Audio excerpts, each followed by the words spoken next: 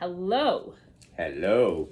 I am Kristen, and this is my dad, Kim. Hi.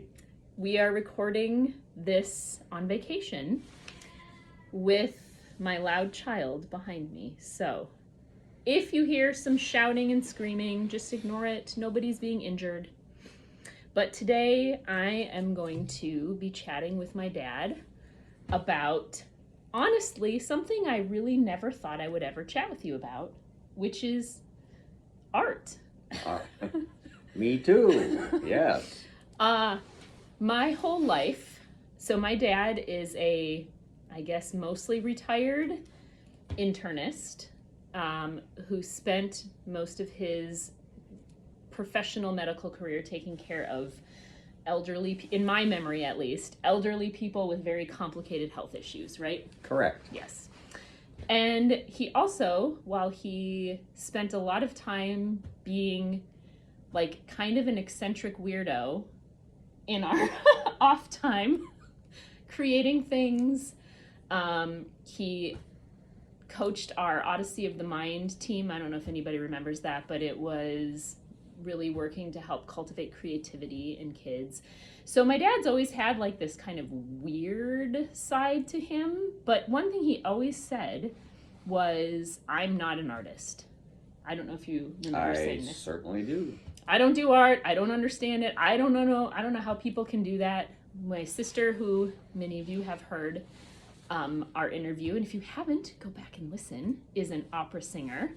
And one of Dad's catchphrases also was that he couldn't carry a tune, which True. is probably still true. True statement. Mm-hmm. But I think there was clearly this hidden artistic side to him that probably he didn't even know about, that has come out now in his retirement years, that I am really curious to pick his brain about. So today we are going to be chatting about art. And the first question I wanted to ask you, Dad, is, first of all, how old are you? 73. So old. He's so old. How old were you when you first started learning art? Oh, boy, 68? So you've been doing this for a good few years now. 5, 6 years. Yeah.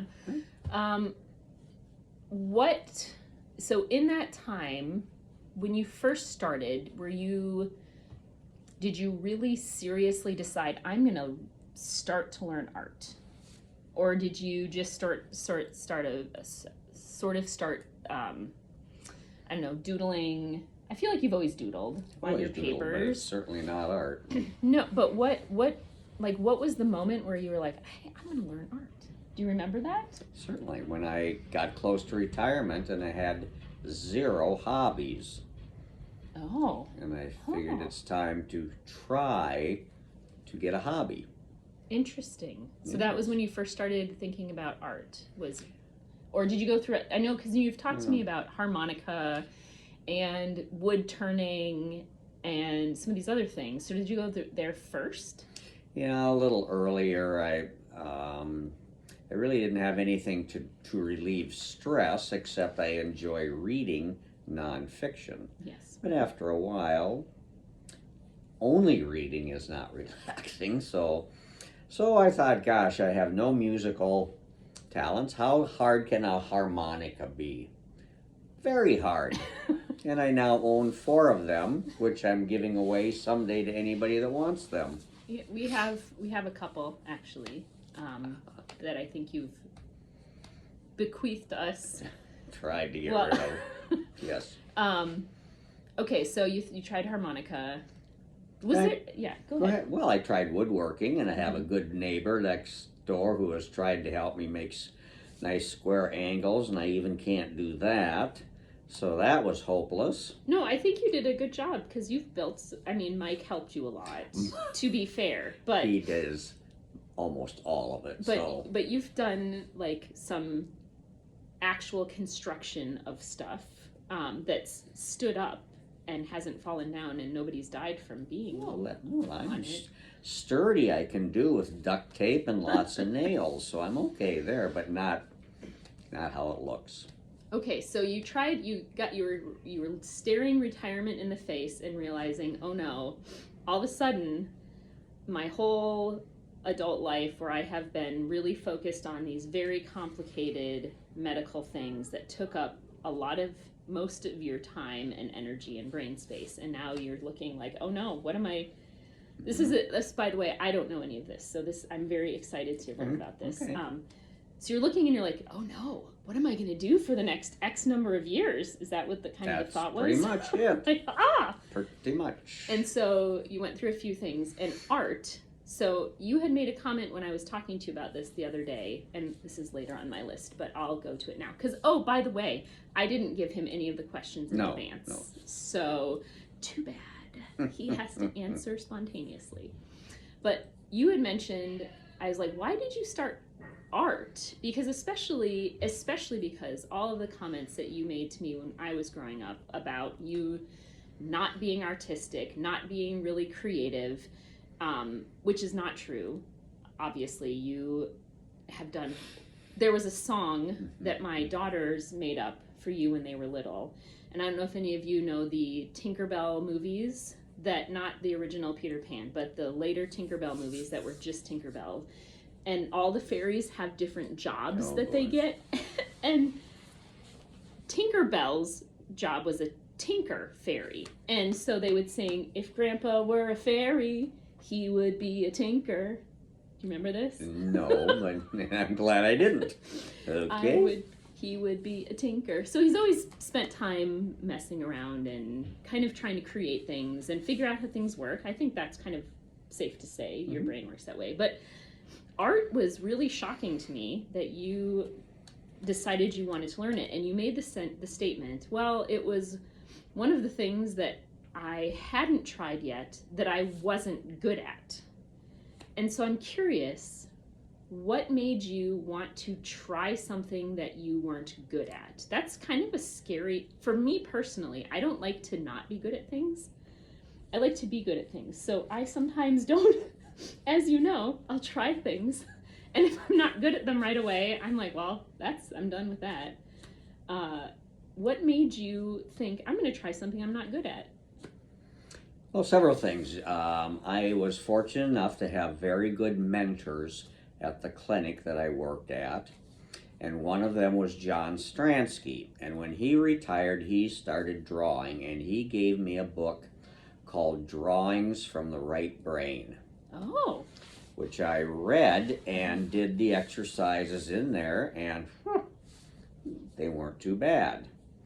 And then I said, okay, I'm going to explore a little more. So I love getting stuff from a place called the Teaching Company, or the Great Courses, and I got some of them, some drawing courses, and the gentleman that presented it was not only an artist, but he had a good grasp of the history of art. And it was so refreshing to find out that even the great artists, Rembrandt and Da Vinci, Michelangelo, all of those had their, and I don't want to use the word cheaters, but they would measure. They had little gadgets that they would do the squares, and then they'd kind of plot out where they're at to make the proportions work. And I thought, geez, if they can do it, I can do it and not call it cheating. And by golly, if that didn't help and work. So, and I can do it at my own pace. Nobody else cares, so I can hide it and just whatever. So your sort of process brain, where you had to spend years learning different processes to do things well and safely in medicine, I'd say you'd probably call that your right brain. No, left brain. Left brain. Why is drawing from your right brain? What does that mean? That means, well, creativity, they say, is right brain. Yeah. Left-handed. So hidden in everybody's brain. Oh, I see. Is even the right side of the brain. And that's how they try, on this book anyway, try to teach you to use the right side of your brain.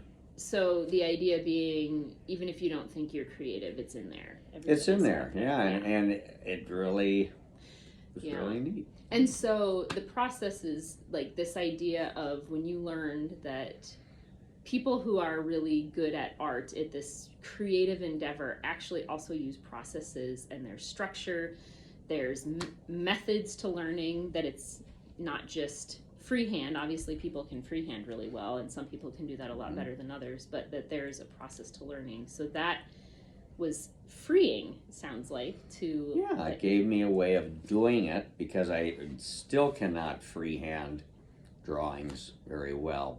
But as an example, when you look at somebody, a person, you break them down into circles, squares, trapezoids, and then you can get a general outline just by doing that. And proportions were really hard. Big head, small body. But this guy taught ways of working it out. And that the masters did it, so it felt safe that you Well, weren't cheating. it's like, do I want to just get some graphite paper and trace things and say I drew it? No. No. But you use the techniques of the tools. Correct. I guess you learned that there were art tools, which I think probably, like with Laura, when I was talking to Laura about this, I think some of that too is these artsy careers and skills and gifts seem very mystical and mystifying for people who don't go into them, but learning that there's actually, like Laura obviously is very skilled at singing. I do not have her gifts. Clearly she did not get it from you. But That's absolutely right. But she has like a process that she goes through to learn how to actually develop and create a instrument instrument. So you have to have some level there to be an actual professional singer, but also there's the thing I think that sounds like that I'm pulling from both yours and Laura's is that you can really truly develop, even if you don't use it as your career, you can develop a really beautiful, solid passion and creative practice that looks good, that sounds good, by learning learning to use the tools that the people who are masters do. That's a good way to state it. Plus, for me, it's something that is not creating stress and tension, like trying to play the piano would not be fun. However, to draw, part of it is you draw what you want to draw.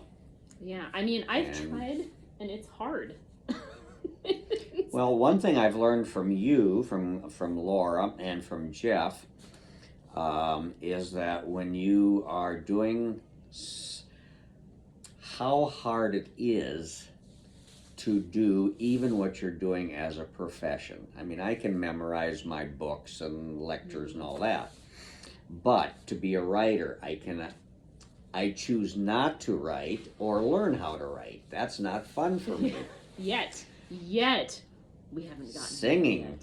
Same thing, not fun.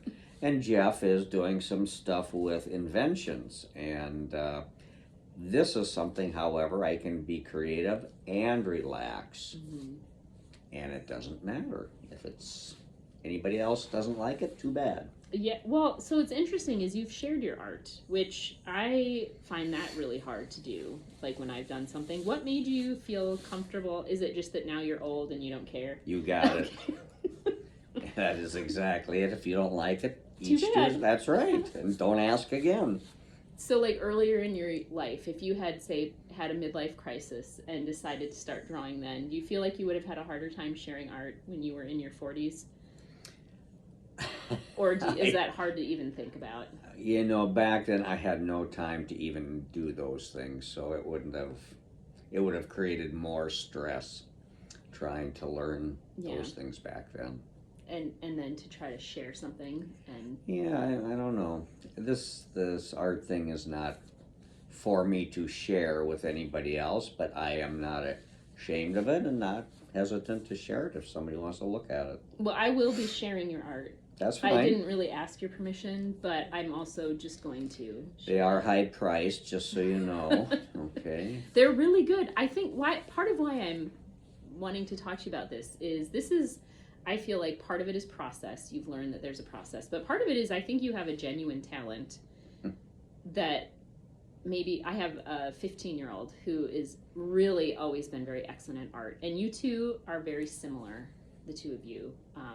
Similar personality types, I think, similar ways of moving in the world, and I think probably similar ways of viewing the world. And so I wonder if some of that, of Madeline's talents, are coming from. Well, I've asked Madeline frequently for advice about how do you shade this, and then on the other side of the family, Michaela likes to draw, and so I've asked her advice. How do you shade these things? How do you get the proportions right? So they teach me, and I love learning from them.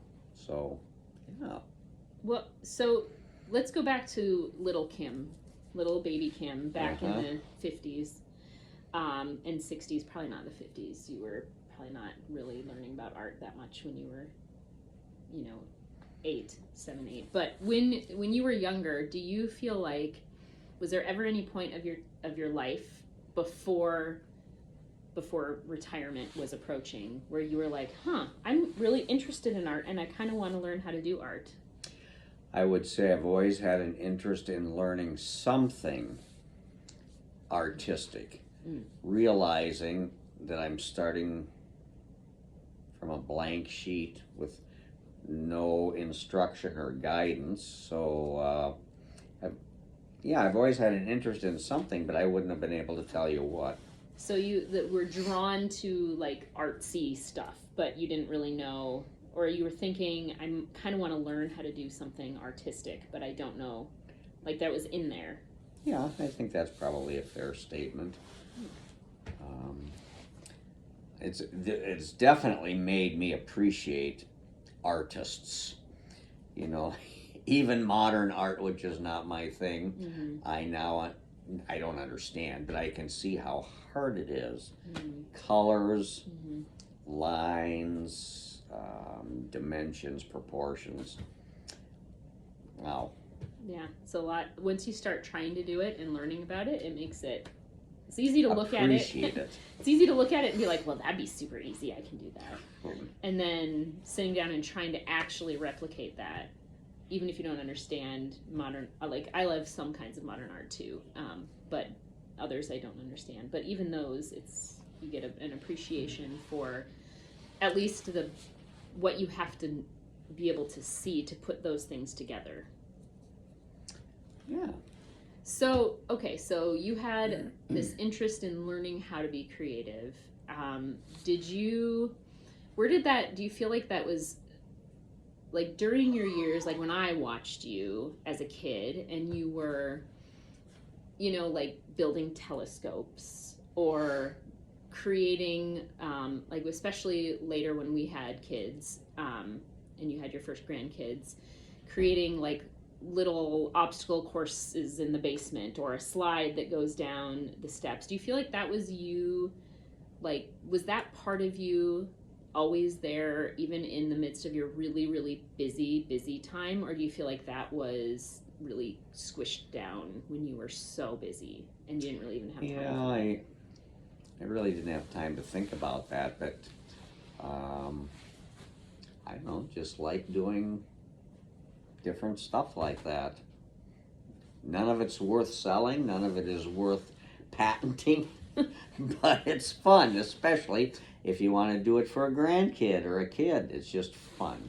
Yeah, well, and I think what's cool about that I watched, and I'm watching now as you and Mom get into your elderly years, still spry, but I think one thing that I've watched, and I'm going to talk to Mom later about this too, is both of you have really always had a lifelong curiosity about the world. You've been really interested in learning about things that you don't do yourself or that you don't necessarily understand. You're curious. And I feel like I can see the benefits of that watching you guys, especially as, like, I think one of the tendencies as we get older is to get really set in our ways and really fixated on what we think is right. And I've watched all of you, well, you and Mom, be really great examples of still keeping an open mind. What do you think from your perspective? First of all, do you see yourself that way, as like a curious person? I want to remain a curious person, yes. Where did that come from? Was that modeled to you by, like, I don't so. have memories of Grandpa enough to remember that. I guess I don't know that was modeled. I mean, I don't know the answer. It's just inherent in you. Could be. You really curious person. Could be. What do you think? How do you feel like that curiosity, not just in working in, like, discovering this latent skill and talent that you have, but how do you feel like that? Why is it that you want to stay curious, and what do you think that's brought to your life? Oh, life would be boring without curiosity. I have been in a rut most of my life with work. It is refreshing to take a peek above the rut. Yeah. And see what else is out there, and then start exploring that. So, yeah, I want to always continue to do that. What type of art? Right now I know you do drawing, and you've recently moved into paint, right? Paint adds an even harder dimension for me.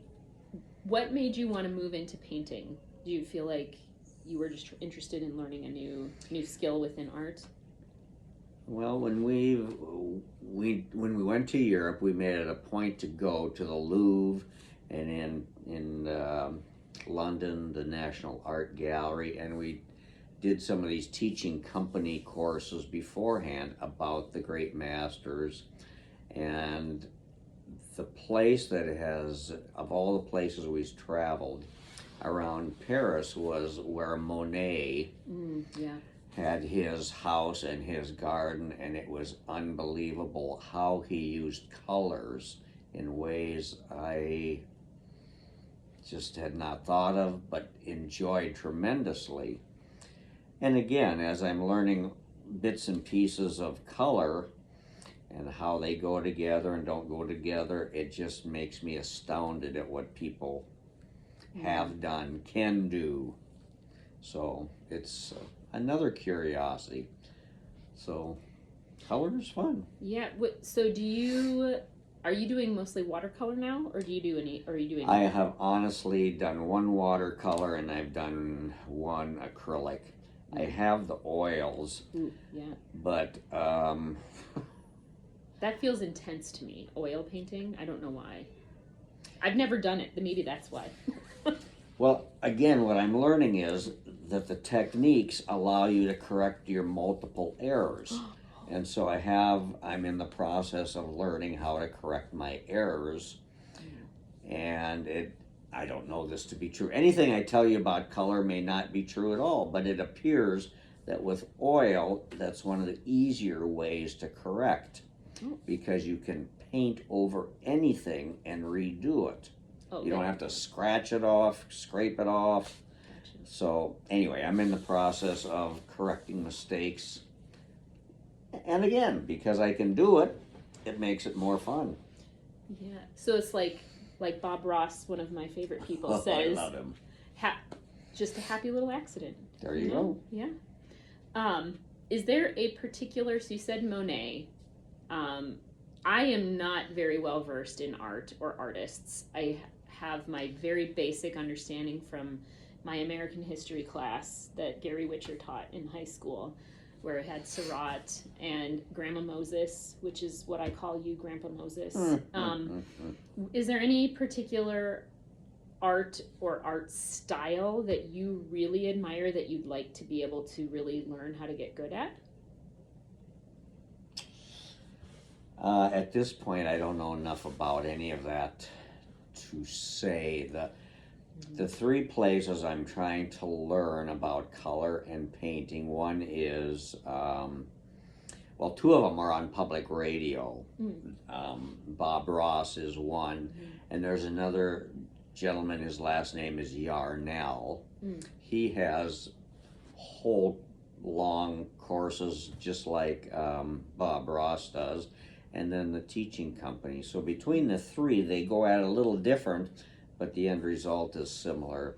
And again, they teach how to correct mistakes, which really gives you a lot of freedom. That makes it feel less intimidating. Correct. If a mistake doesn't have to be a mistake, right? Because there's always mistakes, plural. So yeah. What has been, and maybe you've already answered this, what has been the most surprising thing about art that you have learned in doing it? That it's relaxing and doable. Those two things. Honestly, for a guy who draws stick people almost all my life, to say it's doable and enjoyable, that's a big deal. So I mean, I have your stick drawings. Like, this is my memory. His handwriting is terrible, almost illegible. So I would have never guessed that art would be something you would find relaxing and be good at. Like, you're good at it. Well, He says, "Wow," but he is. I'll show pictures in my post. foolish woman. So, one thing, I have an answer in my head that I feel like I could see for you, but I'm curious. You maybe you won't see this the same way I do, so that's okay. So I'm curious. You spent your whole working life as a doctor. You graduated from undergraduate early and went right into med school, and basically you spent all of those years working really hard, taking few breaks, but I'm wondering, in all of that time, do you feel like that your training and experience in your time as a doctor, do you think anything in there gave you skills to be able to be better at art now than if you... I feel like I see some things, but I don't know. I'm curious if you think of any. If you think that there is anything you've learned by being a doctor that maybe allows you to be better at doing art now. Boy. If there is, I'm not aware of it. I'm terrible at drawing the human body in any shape, form, faces, heads, arms, feet. I'm still not good. So I'm sure there is. I just can't think of it. Okay, so let me present it to you, and you can be like, no, right. that is absolutely not true. But I wonder, because I have this intense need to turn everything into a metaphor, but I wonder, part of your job, the people that you saw, first of all, you spent an enormous amount of time listening to people. Like, a lot of your time spent with patients was listening, right? So you had to pick out bits of information from these long stories that your elderly patients would tell you, often probably with useless information in it, and sometimes just them needing to talk, needing to not feel alone. And also you were dealing with really complex health issues that often had really vague or similar symptoms to 100 different other conditions. So I wonder if over the years, your need to, first of all, pay attention in an enormous amount of information and listen for things, details, small details, and then also to watch in a whole picture of a person for small things that other people might miss, that allow you to maybe look at, when you're trying to copy a piece of artwork, or look at colors that might have given you the ability to see things that other people maybe didn't, because you've had to spend so much time looking at and picking out details. I don't know. The only thing I can think of is I don't remember names very well, but I remember faces, I remember problems, I remember the medicines. If somebody walks up to me on the street, I recognize them and I can tell you their health problems, most of their medicines, but I can't remember their name. But the part about recognizing them is the details of the face. or the walk. Mm-hmm. I frequently can recognize the walk of somebody now. Does that translate into something in art? I know that when I try to draw a face, I try to draw it with too many details. And it is very hard for me not to do that. When I see sketches of people that you can recognize them clearly who they are, I just haven't got to that point of being able to remove all those details and get to the nitty gritty. So that's all I can think of right now. Yeah, that makes sense. Interesting. Well, and I feel like maybe the abundance of details, like I have a hard time with this too, trying to pick out what are the, like when people have really honed that craft of being able to take a picture of someone and make it so that you can recognize who it is when they do the artwork, that they've been able to pick out what is that identifying feature, where I'm the same way. I have a hard time pulling details out. But that's interesting. So I think part of why I'm asking that question is for myself, absolutely, and for a lot of people who are reading and listening to my work, they're people who are in the midst of really busy, heavy life where we have this urge and desire to learn creative things, but the time, the energy is just not there. And so it feels hopeful to know that this time, even if it's not necessarily spent on honing our creative craft, that it doesn't have to be wasted time. It can be time that is creating skills that can be transferred to something later on. When people would talk about having to do their music, I never quite understood that, their music thing. But when I start to draw, it is only for me. And it just gives me pleasure. So it's making me appreciate how other people have their niche that gives them pleasure, release, whatever it is. So I definitely think don't give up. You just have to find the thing that's, I don't know, that's it for you. The it in life. Sehnsucht. Yes, that's Laura's favorite word. Yes.